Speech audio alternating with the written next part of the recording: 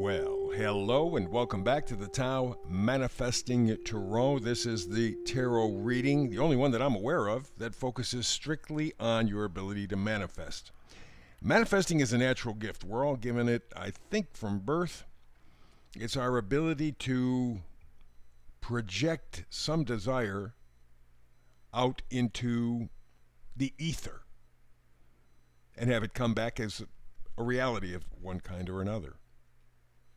It's a very powerful device, which is why, for all the talk about manifesting, we really do very little about it. Very little is encouraged because it gives you power. And in the world today, you having power is a threat to the people who are trying to take over the world. But you and I are here nonetheless. We're here to focus on your manifesting. You will notice there is no visuals other than the 5-card spread. That's it. Nothing more. And that's intentional, to remove distractions. We are monumentally distracted. Everything that you get on your smartphone, that you get on your computer, that you get on your radio, your TV, whatever, all of it is aimed at distracting you. Because think about what it is like to be distracted. It means that you're not paying attention. That's exactly what they want. We're here to have you pay attention to your manifesting ability. Not to make your life perfect. I think by definition, life is not perfect. But to make it move in the direction that you hold in your heart, your spirit, your mind. So, we begin. Middle card, Oracle card. And this one says mending. Okay, mending.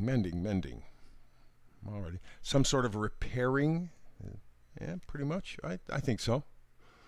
So you have something already existing. It's just tightening it up, making it like new, I suppose. All right, so let's see. That's what we have. The numbers up in the upper right-hand corner are 52. The 5 means change.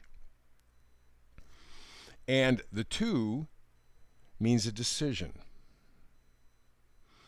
So there is a particular degree of uncertainty in your life, and you want to change that. Okay. I think that's an excellent place to begin. So it's mending. You're uncomfortable, uncertain, unclear about something in your life that you want to change. Let's kind of get a clue. We go all the way to the left. 8 of Cups. Cups are things that you are connected to. People, places, ideas, whatever, memories. And they have an emotional importance to you. But at this point, the 8 of Cups is saying, wait a minute, I'm out of here. This isn't such a good deal. So the 8 of Cups talks about walking in a new direction, no turning back, burning bridges, because you know that all the things that you were attached to, not every single one, but a large group, really don't serve you at all, aren't in your best interest at all. That's a little painful. But that's part of the mending process. Okay, it is deciding, oops, this is not right, let me begin to fix it. And so with the 8 of Cups, you are walking away from a situation where you feel unfulfilled. And you do not want to go back. You may not know exactly where you want to go, but you know you don't want to go back to the same old stuff. Next card over is the Wheel of Fortune. It says, this is the time to begin to look at the things that you are connected to. Find the ones that do not serve you and walk away. As difficult as that may be, because after all, there is that emotional attachment. As difficult as that may be, you have no choice but to do it. And I'm looking at the Eight of Cups right now. There's that full moon up in the left-hand corner. So it could be at the next full moon between now and then that you make that decision, what you're going to walk away from. But the time is absolutely right. And you can feel it. You know that you cannot continue the same way that you have been. If you do, it just isn't going to get better. You're not going to be able to repair and rebuild. Here's the meme for today, and this may be helpful. Sometimes when you're in a dark and oppressive place, you think that you've been buried, right? You separated from the world. In fact, you've actually been planted. Ooh, that kind of adds a little bit of a different flavor to this whole idea of mending or repairing, rebuilding, walking away from something. Yes, it may feel dark, like you've been buried. But how about changing that idea around a little bit? How about realizing maybe you've been planted and you're ready to sprout this new life? You will need a different viewpoint or vantage point, or it will give you a different viewpoint or vantage point. The Hanged Man. You get a new perspective, new evaluation. You see things in a different way. And that means letting go, which is a very scary thing. That goes back to the Eight of Cups. You have to walk away. You know you do, and you're not going back ever.